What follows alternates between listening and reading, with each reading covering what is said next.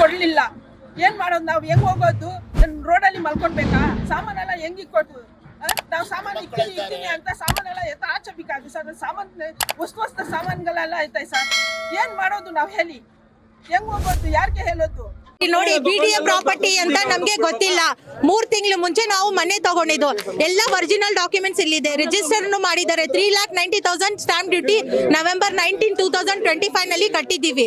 ಇವಾಗ ಬಂದ್ಬಿಟ್ಟು without notice ಅವರು ಡೆಮಾಲಿಷನ್ ಗೆ ಬಂದಿದ್ದಾರೆ. ನಮ್ಗೆ ಗೊತ್ತೇ ಇಲ್ಲ. ಬೆಳಗ್ಗೆ ಎದ್ಬಿಟ್ಟು ಡ್ಯೂಟಿಗೆ ಹೋಗೋಣ ಅಂತ ರೆಡಿ ಆಗ್ತಾ ಇದ್ರು. ನಮ್ಗೆ ಏನೋ ಗೊತ್ತಿಲ್ಲ. ವಿತೌಟ್ ನೋಟಿಸ್ ಬಂದ್ಬಿಟ್ಟು ಡೆಮಾಲಿಷನ್ ಗೆ ಸ್ಟಾರ್ಟ್ ಮಾಡಿ. ಇವಾಗ ಚಿಕ್ಕ ಮಕ್ಳು ಎಲ್ಲ ಇದ್ದಾರೆ. ಎಲ್ಲಿ ಕರ್ಕೊಂಡು ಹೋಗ್ಬೇಕು? ಇವಾಗ ನೀವು BDA ಪ್ರಾಪರ್ಟಿ ಅಂತ ಹೇಳ್ತಾ ಇದ್ದೀರಿ ಅಲ್ವಾ? BDA ಪ್ರಾಪರ್ಟಿಗೆ ಯಾಕೆ ನೀವು 3,90,000 ಸ್ಟಾಂಪ್ ಡ್ಯೂಟಿ ತಗೊಂಡಿದ್ದೀರಾ? ಯಾಕೆ ಈ ಖಾತಾ ಮಾಡಿಸಿದ್ದೀರಾ? ಯಾಕೆ ಕಾವೇರಿ ಕನೆಕ್ಷನ್ ಕೊಟ್ಟಿದ್ದೀರಾ? ಯಾಕೆ ನೀವು ಎಲೆಕ್ಟ್ರಿಸಿಟಿ ಎಲ್ಲ ನಮ್ಮ ಹೆಸರು ಮೇಲೆ ಮಾಡಿದ್ದೀರಾ?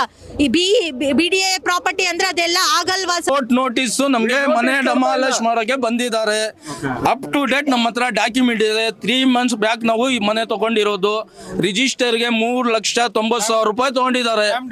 Stamp duty ಕಟ್ಟಿದೀವಿ. ಟ್ಯಾಕ್ಸ್ ನಮ್ಮ ಮೇಲೆ ಕರೆಂಟ್ ಬಿಲ್ಲು ಖಾತಾ ಎಲ್ಲ ಈ ಖಾತಾ ಎಲ್ಲ ಮಾಡಿಕೊಟ್ಟಿದ್ದಾರೆ.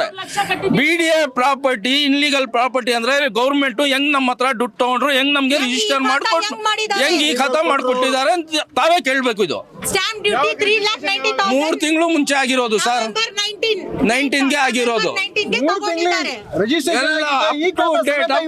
ಡಾಕ್ಯುಮೆಂಟ್ ಇದೆ. ಎಲ್ಲ ತಗೊಂಡು ಲಂಚ ತಗೊಂಡು ಇವ್ರಿಗೆ ಸೈಟ್ ಕೊಡ್ತಾರೆ. ಆಮೇಲೆ ಇವರೇ ಬಂದು ಡೆಮಾಲಿಷ್ ಮಾಡ್ತಾರೆ.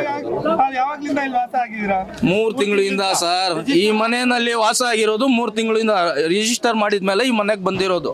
ಹೋದ್ ತಿಂಗಳೇ ಖಾತಾ ಮಾಡ್ತಿರೋದು. ಹೋದ್ ತಿಂಗಳೇ ಎಲೆಕ್ಟ್ರಿಕ್ ಬಿಲ್ ಹೆಂಗೆ ಮಾಡ್ಕೊಟ್ಬಿಟ್ರು ಇವರು. ಸ್ವಲ್ಪ ತಾವು ಕೇಳ್ಬೇಕು. BDA ಪ್ರಾಪರ್ಟಿ ಅಲ್ವಾ? BDA ಪ್ರಾಪರ್ಟಿಗೆ ಯಾಕೆ ರಿಜಿಸ್ಟರ್ ಮಾಡಿದ್ದೀರಾ ಸರ್? BDA ಪ್ರಾಪರ್ಟಿಗೆ ಸರ್ ಒಂದ್ ದಿವಸ ಟೈಮ್ ಕೊಡಿ ಅಂತ BDA ಅವರಿಗೆ ನಾನು ಕೇಳಿದ್ರೆ ರಿಕ್ವೆಸ್ಟ್ ಮಾಡ್ರೆ ಕೊಡ್ತಾ ಇಲ್ಲ. ಅಟ್ಲೀಸ್ಟ್ ಲೀಗಲೈಸ್ ಬಿಟ್ಬಿಡಿ ಸರ್. ಹ್ಯುಮ್ಯಾನಿಟಿ ಕೊಡ್ಬೇಕಲ್ಲ. ಈ ನಮ್ ಕ್ಲೈಂಟ್ ಅವ್ರು ಎಲ್ಲಿ ಹೋಗ್ಬೇಕು? ಚಿಕ್ಕ ಮಕ್ಕಳು ಇದಾರೆ ನೋಡಿ. ಆ ಚಿಕ್ಕ ಮಕ್ಕಳು ಯಾವ ಮೇಲೆ ಹತ್ಬೇಕಾ ನೋಡಿ ಸರ್. UP ನಲ್ಲಿ ಚಿಕ್ಕ ಮಕ್ಕಳು UP ನಲ್ಲಿ ನಡೀತಾ ಇತ್ತು ಬುಲ್ಡೋಸರ್. ಇಲ್ಲಿ ನಡೀತಾ ಇದೆ ಕರ್ನಾಟಕದಲ್ಲಿ ನಡೀತಾ ಇದೆ. Because like my sister was about to get married, so we were having a small site. We sold that and we came here.